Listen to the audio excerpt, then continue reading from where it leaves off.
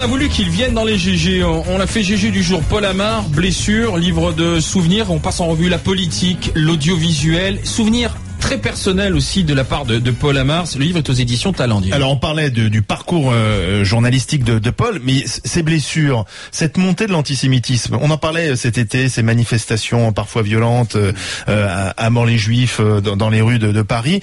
Et puis vous nous apprenez par exemple, moi je le savais pas, je crois qu'on le savait pas autour de la table, que le leader du groupe à succès Zebda, qui est revenu, groupe toulousain, et qui est revenu dernièrement avec un nouvel album, avait tenu quand même des propos sur la communauté juive assez surprenants. Oui, qui m'avait surpris et blessé.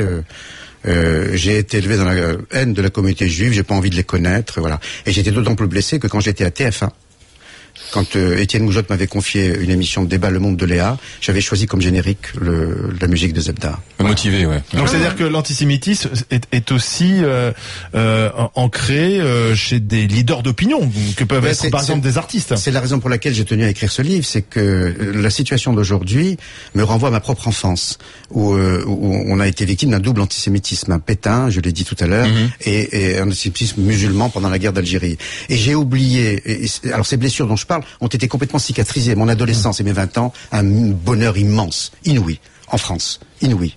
Et ces blessures sont rouvertes aujourd'hui, c'est ça qui me trouble d'ailleurs. C'est le titre que je voulais donner moi initialement au livre, c'est ça qui me trouble, c'est qu'on a affaire à nouveau à un double antisémitisme, alors que la France est un pays en paix. L'extrême droite d'un côté, Jean-Marie Le Pen des années 80, et aujourd'hui, Dieudonné pour aller vite, ou certains qui, quand ils manifestent, ils ont le droit d'ailleurs, ils ont le droit, moi je suis pour la paix au Proche-Orient, pour les Palestiniens, disent à mort les Juifs. Attendez, moi je suis français, né français. Voilà. Vous n'êtes pas responsable de la politique israélienne. Mais je suis pas israélien.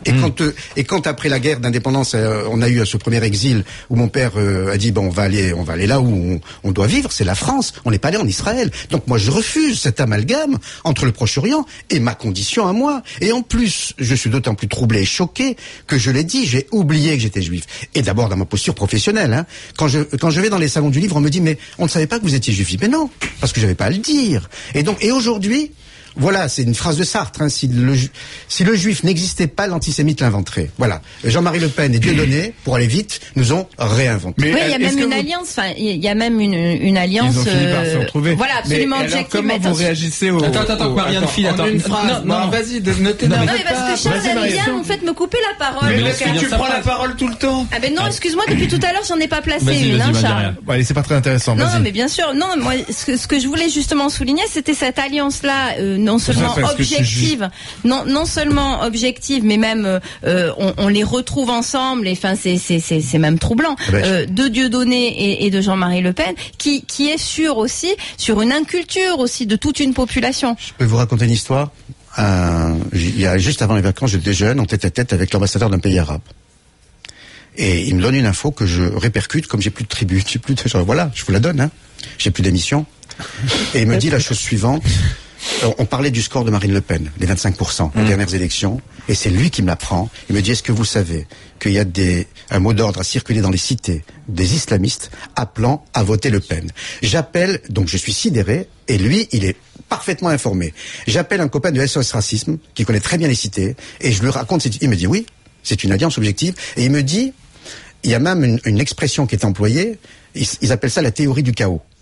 Voilà, foutre le bordel en France, foutre un désordre. C'est pour ça que là, je parle de la résurgence de l'antisémitisme, mais vous avez bien compris que je l'écris en tant que républicain, laïque, attaché à des valeurs humanistes, et que je dis que les Juifs, l'attaque contre les Juifs, ça n'est qu'un prétexte. C'est la République qui est visée. C'est ces valeurs fondamentales qui sont la laïcité, la fraternité qui sont visées. Et là, et vous avez raison de le dire, et j'ai recoupé par une info, il y a une alliance objective entre les deux. Et alors comment